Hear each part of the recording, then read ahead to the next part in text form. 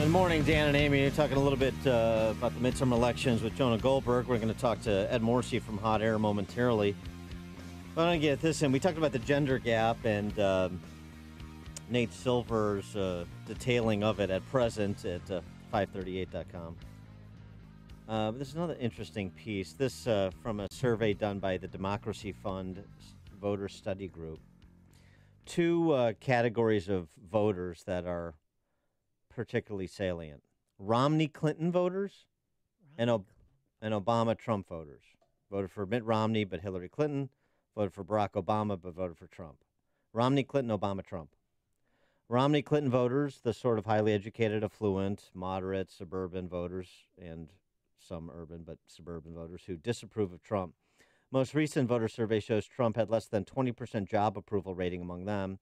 Nearly 70% of these former Republican voters disapprove of his job performance. And some are taking it to the polls this fall at present. 43% of this cohort say they will vote for Democrats this fall. Only 20% intend to go back to backing Republicans. Obama-Trump voters. Voters, that you've heard about. So the blue-collar, lower and middle-income families, that white ethnics who formalize their affiliation with the Republican Party because of Trump. They still like Trump. 76% of Obama-Trump voters approve of his performance. But like Romney-Clinton voters, they're not completely sold on their new party's congressional candidates. 41% say they'll vote for the Republican in the fall. 44% said they're either unsure or they're going to vote for a third-party candidate. It's a lot of Trump backers who haven't made their leap to the GOP, but it's interesting to note they're also not particularly interested in Democrats. So could the election turn on Romney-Clinton versus Obama-Trump? It's not base turnout. It's turnout among these individuals who've moved in the last couple of presidential elections, some to Trump and some to the Democrats. Could that be what's really at play here? For some insights into these topics and others, we're pleased to be joined by the senior editor for HotAir.com and the author of Going Red, Ed Morrissey. Ed, thanks for being with us. Appreciate it.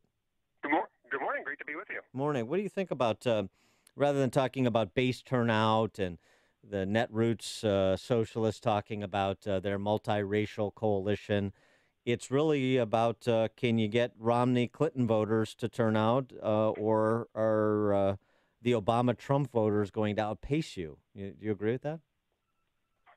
Yeah, I think to some extent, yes. I mean, when you're dealing with midterm turnouts are trickier than presidential cycle turnouts anyway, because a lot of people just don't have the same level of interest in congressional races, and I would say Senate races are probably more marquee. You'll probably see better turnout in states where you've got competitive Senate races going on.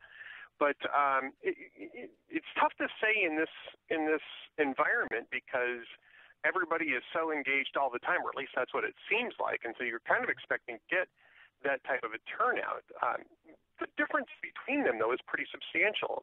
2014, I believe it was about 84 million votes cast, and in 2016, a presidential election in that case, you had 130 million plus. I mean, so the turnout models are and the types of voters that turn out have been significantly different. The midterms have been favoring Republicans in terms of turnout for the last several cycles. I don't know if that's still going to continue in 2018, but it's something to consider.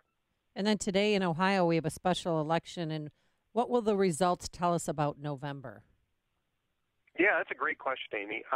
This is really interesting because normally I would say, well, look, special elections have really unique turnout models. It's really just all about, making contact with the base. A lot of people don't know that an election's going on. But we're only 90 days out from the midterms. I think people are pretty engaged, even though it's August.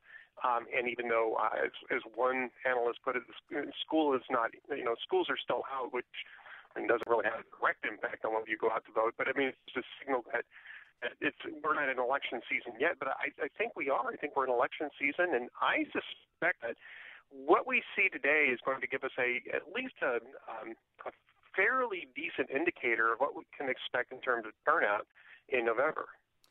Your sense of where sort of establishment Republicans, the party leadership on the Hill, is with 90 days to go, as you mentioned, in terms of messaging and strategy? The establishment Democrats seem to have been groping in the dark for most of the last 3 or 4 months, trying to come up with some sort of thematic for the close.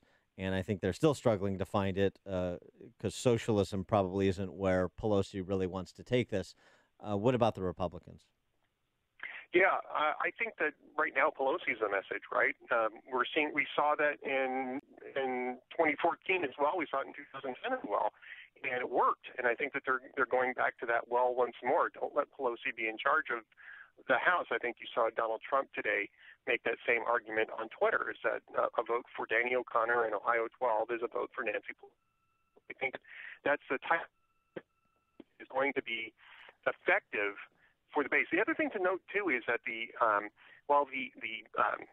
campaign committees for Democrats and Republicans, the DCCC and the NRCC, the DSCC and the NRSC, have been fairly equal in fundraising. The RNC has been far exceeding the DNC, and they've been investing in field operations. And that's not the type of thing that you necessarily see in terms of messaging. It's the type of thing that you see in terms of ground operations. And so I still think that the RNC's investment in ground operations is going to play a big role in what you see in terms of turnout. And that might be more important than messaging. Democrats simply don't have the funds to match that. Well, and it seems to me the messaging on the ground with respect to that cohort I was talking about at the outset, the Obama-Trump voters, the messaging is a referendum on Nancy Pelosi. Yeah, okay. No, this is a referendum on Trump impeachment. Do you want this guy impeached or not? And if you don't, you better come out and vote for our congressional candidate. Seems to me that would have great appeal in hand-to-hand combat at the doors and train stations and the like with that Obama-Trump voter you need to turn out. Well, I think they go hand in hand, right? If Pelosi's in charge, then impeachment's next. And you're right, they've been messaging that very heavily, too. The Democrats want to impeach. That's all they want to do is impeach and obstruct. If you want MAGA, you have to make sure that the House stays Republican, even if, maybe you're not terribly excited about the leadership there. It's still better than the alternative. And I'm not necessarily sure that that's going to be a big motivating factor. I'm always a little leery about negative motivation. Getting people excited to go vote is, I think, a better way to go. But I don't know that either one of these two parties is doing a very good job getting people excited. That might be a bridge too far. This may be the best option that they still have left on the table. Ed Morrissey, hotair.com, reading an article you wrote about Harvard and how they're forcing sororities to open their doors to men.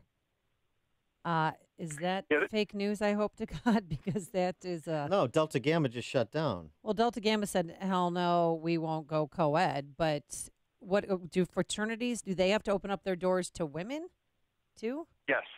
Oh, yes. My gosh. In fact, Harvard is saying that you can't have single-gender organizations on campus unless you want to forego getting these prime spots in terms of postgraduate scholarships, and the postgrads will sometimes work as adjunct teachers in order to pay their way through postgraduate school. That's a special kind of scholarship that universities like Harvard offer. Harvard is saying that if you belong to one of these organizations, you're not even going to be eligible to apply for those things. And that's a big deal. I mean, it's a huge big deal in terms of education. What about the athletic teams? So far as I know, it doesn't apply to the athletic teams. This is for student social organizations. Wow. So for fraternities, sororities, political activism, all the different student groups on campus, they have to open their doors to both men and women.